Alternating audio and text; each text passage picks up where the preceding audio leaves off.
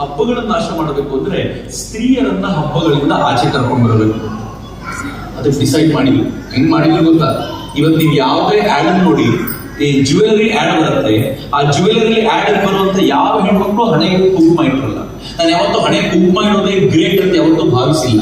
ನಾನೇನು ಅಕ್ಕ ನಿವೇದಿತಾನ ಹಣೆಯಲ್ಲಿ ಕುಂಕುಮ ನೀನು ಯಾವತ್ತೂ ನೋಡ್ಲಿಲ್ಲ. ಹಿಂಗಾಗಿ ಕುಂಕುಮ ಇಟ್ಟಿದ್ದ ಇರೋದ್ರಿಂದ ಅವಳು ಭಾರತೀಯಳೆ ಅಲ್ಲ ಅಂತ ನಮಗೇನು ಹೇಳಬೇಕು ಅಂತ ಯಾವತ್ತೂ ಅನ್ಸಲ್ಲ. ಯಾಕೆ ಅಂತಂದ್ರೆ ನನ್ನ ದೃಷ್ಟಿಯಿಂದ ಕುಂಕುಮನೇ ಅತ್ಯಂತ ಶ್ರೇಷ್ಠ ಅಲ್ಲ. ಆದ್ರೆ ಅಜೆಂಡಾ ಇಟ್ಕೊಂಡು ಕುಂಕುಮವನ್ನ ತೆಗೆದು ಇದು ಚಂದ ಕಾಣುತ್ತೆ ನೋಡಿ, ನೀವು ಇಟ್ಕೋಬೇಡಿ ಅಂತ ಹೇಳೋದಿದೆಯಲ್ಲ, ಅದು ಮಾತ್ರ ಡೇಂಜರ್.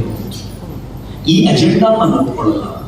ಈ ಅಜೆಂಡಾ ಹೆಂಗೆ ಪ್ರಾಪಗೇಟ್ ಮಾಡ್ತಿದ್ದಾರೆ ಅಂತಂದ್ರೆ, ಟಾಟಾ ಕಂಪನಿಯವರ ಜ್ಯುವೆಲರಿ ಆಡ್ಗಳಲ್ಲೂ ಕೂಡ ಬಿಂದಿ ಇಲ್ಲದ ಹೆಣ್ಮಕ್ಳು. ಟಾಟಾ ಕಂಪನಿ ಆಫ್ ಆಲ್, ನೀನ್ ಯಾವುದೋ ಮಲ್ಬಾರ್ ಗೋಲ್ಡ್ ನೋಡುದು, ಯಾಕಂದ್ರೆ ಮುಸಲ್ಮಾನ್ ಓನರ್ಗಳು ಮಾಡಿಬಹುದು ಅಂತ ಅನ್ಕೋಬಹುದು. ಆದ್ರೆ ಟಾಟಾ ಕಂಪನಿ ಯಾಕೆಂದ್ರೆ ಅದೊಂದು ಟ್ರೆಂಡ್ ಅನ್ನ ಜಗತ್ತಿನಲ್ಲಿ ಹುಟ್ಟಿ ಹಾಕುವಂತ ಪ್ರಯತ್ನ ಮಾಡಲಾಗ್ತಿದೆ. ಇದು ರಿಗ್ರೆಸಿವ್ ಅಪ್ರೋಚ್ ಅಂತ ಹೇಳುವಂತ ಪ್ರಯತ್ನ ಮಾಡಲಾಗ್ತಿದೆ. ಹೊಸ ಪೀಳಿಗೆಯವರನ್ನ ಈ ಟೋಟಲ್ ಕಲ್ಚರ್ ನಿಂದ ದೂರ ಮಾಡಬೇಕು ಅನ್ನುವಂತ ಪ್ರಯತ್ನ ಮಾಡಲಾಗ್ತಿದೆ ಅಂತ.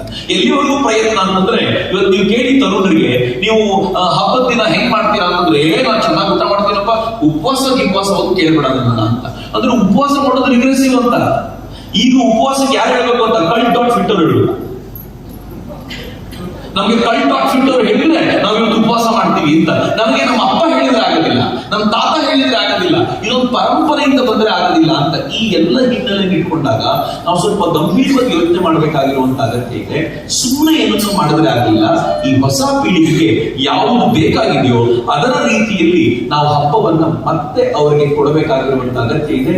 ಈ ಹಿನ್ನೆಲೆಯಲ್ಲಿ ಸುಂದರವಾಗಿರುವಂತ ಕಾರ್ಯಕ್ರಮ ಅಂತ. ಬೆಳಗಿನಿಂದ ಅವರು ಹೇಳಿ ಪ್ರಯತ್ನ ಪಟ್ಟಿರೋದು ಏನು ಅಂತಂದ್ರೆ, ಹಬ್ಬವನ್ನ ನಾವು ಮುಂದಿನ ಪೀಳಿಗೆಗೆ ವರ್ಗಾಯಿಸಬೇಕಾದಾಗ ಅವರುಗಳಿಗೆ ಹೇಳಿಯೇ ಕೊಡಬೇಕು. ನಾವು ಯಾವುದನ್ನ ಕೊಡಬೇಕು ಅಂತಿದ್ದೀವಿ, ಯಾವುದನ್ನ ಮಾಡಬೇಕು ಅಂತಿದ್ದೀವಿ ಅಂತ ಹೇಳಿಯೇ ಕೊಡಬೇಕು ಅಂತ.